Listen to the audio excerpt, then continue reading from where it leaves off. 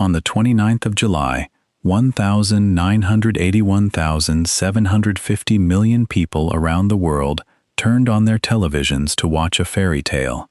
A shy young woman in a dress made of ivory silk, decorated with 10,000 pearls, and a train 25 feet long, walked down the aisle of St. Paul's Cathedral to marry the future King of England. Cameras flashed, crowds cheered, church bells rang across London.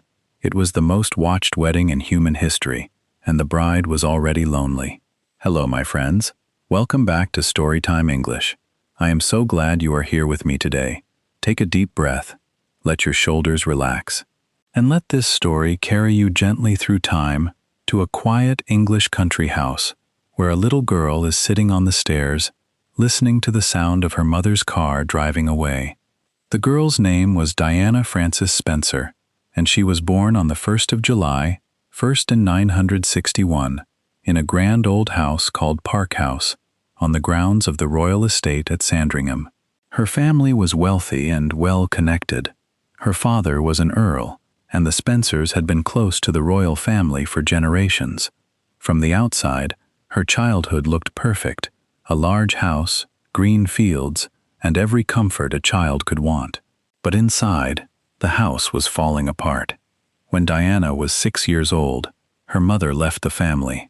Her parents fought bitterly over custody of the children, and Diana's mother lost. The divorce was ugly and public. Years later, Diana would say that she never got over it. The sound of her mother's footsteps on the gravel, the noise of the car engine growing quieter and quieter, and the heavy silence that filled the house after she was gone. Diana became quiet and shy. She struggled in the classroom. She was not a strong student. She failed her school exams twice. But she had something that no grade could ever measure. She had a gift for connection. She noticed when someone was sad. She remembered people's names. She looked directly into people's eyes when she spoke to them, as if to say, "I see you." Even as a young girl, she had a natural talent for making people feel that they mattered. She loved dancing. For years, she dreamed of becoming a professional ballerina. She practiced for hours, graceful, disciplined, lost in the music. But she grew too tall. At 5'10" she was simply too tall for classical ballet. That dream ended quietly, without anyone noticing. She loved children, and children loved her. After leaving school, Diana moved to London, shared a flat with 3 friends, and found work as an assistant at a nursery school, helping take care of small children. She cleaned up after them, read them stories, tied their shoes. She was 19 years old, gentle, kind, and completely unprepared for what was about to happen. Prince Charles, the eldest son of Queen Elizabeth II and the heir to the British throne, was 13 years older than Diana. He was serious, thoughtful, and under enormous pressure from his family to find a suitable wife. The royal family had strict requirements. The future queen had to come from the right kind of family, with no scandals and no past relationships that the newspapers could use against her. Diana fit every requirement perfectly. They had met a few times before at family gatherings and country weekends. Charles began to pay attention to her. They went on a handful of dates, no more than 12 or 13 meetings in total, before Charles made his decision. In February 1981, he proposed. Diana said yes. She was 19 years old. She believed she was stepping into a fairy tale. The moment the engagement was announced, Diana's life changed completely. Reporters followed her everywhere. Photographers camped outside her flat.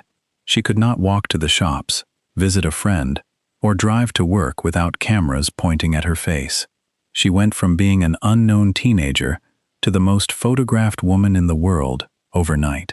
And in that first interview together, a reporter asked Charles a simple question: "Are you in love?" Diana smiled and said, "Of course." Charles paused. Then he said, "Whatever in love means." Diana's smile did not change. But years later, she said those words stayed with her, like a stone in her chest.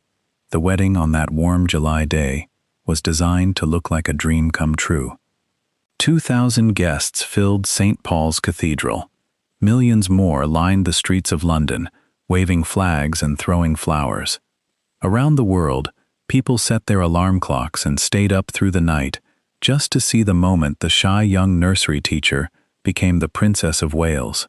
But behind the cameras, behind the music and the cheering crowds, the marriage was already cracking. Charles had never fully ended his relationship with another woman, Camilla Parker B.S.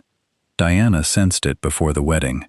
She found a bracelet that Charles had ordered as a gift for Camilla. She confronted him. She considered calling the whole thing off, but the invitations had been sent. The dress was made. The entire world was watching. She felt trapped. The early years of the marriage were desperately unhappy. Diana suffered from loneliness and from bulimia, a serious eating disorder that she kept hidden from the public for years.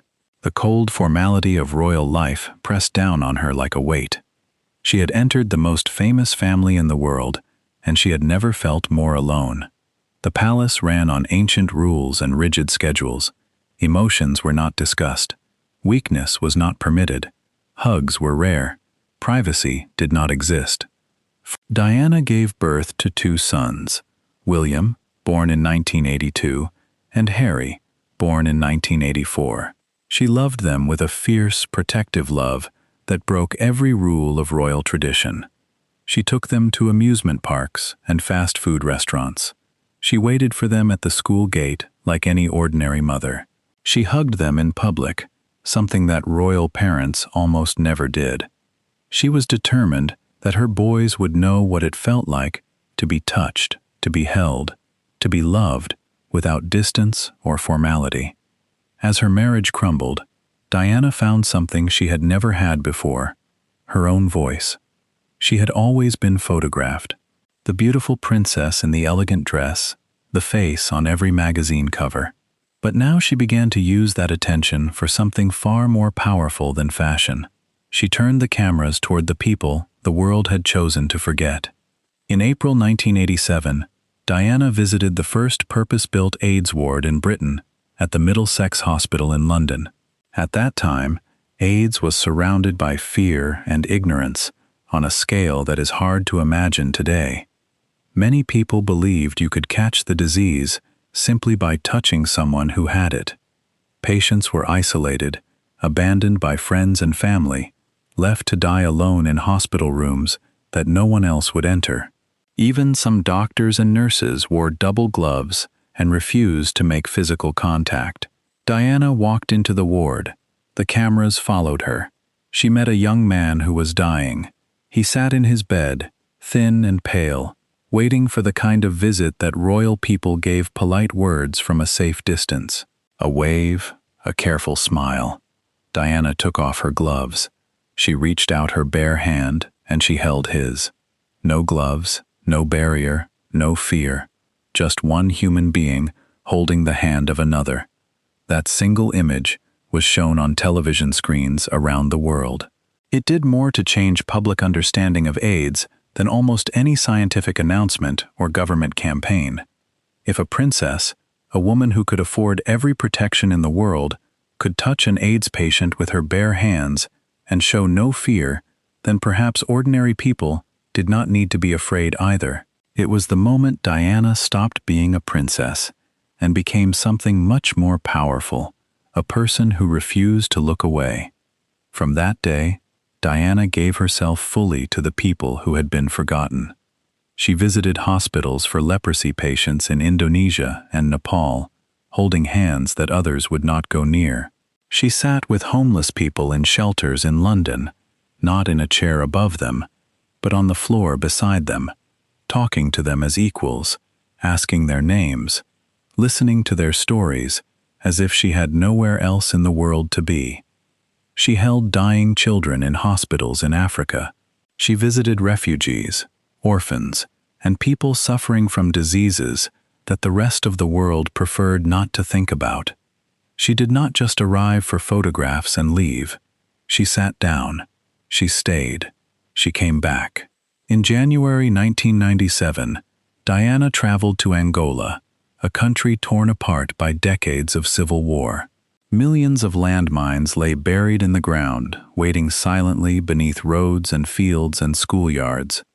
Every day, ordinary people, farmers, children walking to school, mothers carrying water, stepped on these hidden weapons and lost their legs, their arms, their lives. The world's governments had been arguing for years about whether to ban these weapons. The debate moved slowly. Nobody was paying attention. Diana walked through an active minefield. She wore a protective vest and a clear plastic visor, and she stepped carefully down a narrow, cleared path with live landmines on either side. The photographs were extraordinary. A princess in body armor walking through a dusty landscape of death and destruction. The image forced the world to look at what it had been ignoring for years. Within months, an international treaty to ban landmines was signed by over 100 countries. Diana had not written the treaty. She had not negotiated the terms, but she had made the world care. And sometimes, that is the hardest part of all. By the mid-1990s, Diana's marriage was over, in everything but name. Both she and Charles had spoken publicly about their unhappiness. In 1995, Diana gave a television interview that was watched by nearly 23 million people in Britain alone. She spoke with painful honesty about her loneliness, her eating disorder, and her husband's affair. When the interviewer asked if Camila had been a factor in the breakdown of the marriage, she looked directly into the camera and she said quietly, "There were 3 of us in this marriage, so it was a bit crowded." The divorce was finalized in August 1996. Diana lost the title, Her Royal Highness. She was no longer officially part of the royal family, but to the public, none of that mattered.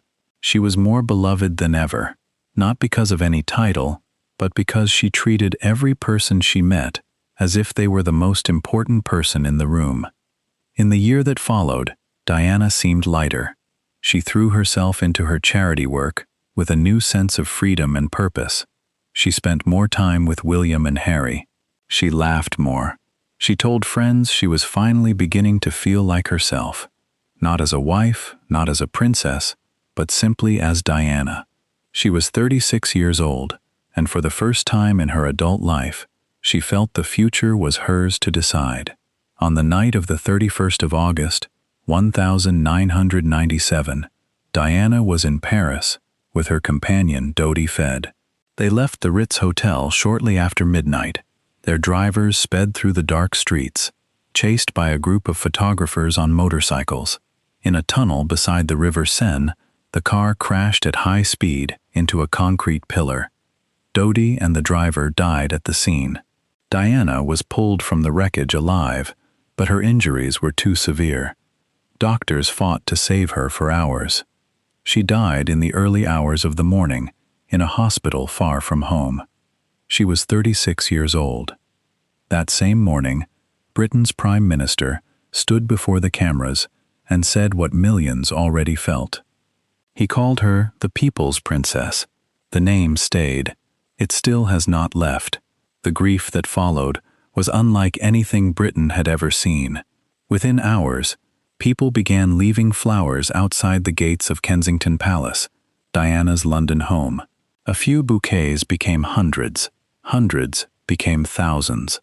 By the end of the week, the flowers stretched for hundreds of meters along the palace walls, a vast, silent ocean of white and yellow and pink. The scent of flowers hung in the air for streets in every direction. On the day of her funeral, the 6th of September, the streets of London fell completely silent. More than 2 billion people, nearly a third of the world's entire population, watched the ceremony. Inside Westminster Abbey, Elton John sat down at a piano and sang a song he had rewritten just days before. His voice shook. Outside the Abbey, loudspeakers carried the music through the streets, and the sound drifted over thousands of people standing in silence. Diana's sons, William and Harry, just 15 and 12 years old, walked behind their mother's coffin through the streets of London. Their faces were still, their steps were steady. A nation watched 2 boys say goodbye to their mother in front of the entire world. And in the crowd, ordinary people wept openly. People who had never met her, who had no connection to her family, who simply felt that someone who had cared about them was gone. And so, my friends, the story of the shy girl who became the most loved woman in the world comes gently to its close. Diana was not a scientist. She was not a general. She did not write great books or build great monuments. But she understood something that many powerful people never learn, that the simplest act of human kindness can change what no law or speech or army ever could. And that is what I want you to remember. Not the wedding, not the crown, not the palace, the gloves. A young woman walked into a hospital room where a man was dying alone, rejected by the world. She could have worn her gloves. She could have smiled politely from across the room. No one would have blamed her. Everyone would have understood. But she took her gloves off. She reached out her bare hand, and she held his. That was Diana. Not a queen, not a saint, just a woman, brave enough to reach out when the whole world was pulling away. You have that same choice, my friend. Every single day, there is always someone who feels unseen. There is always a hand that no one else is willing to hold. You do not need a title, or a camera, or a palace. You just need to take off your gloves. This is Storytime English. Tell me, my friend, what part of Diana's story stayed with you? Was it the little girl sitting on the stairs, the princess who walked through a minefield, or the bare hand reaching out in a hospital room? Leave a comment below. I am always curious to hear from you. There are many more stories waiting right here, and I will be here when you come back. Until next time, take care of yourself and never stop learning.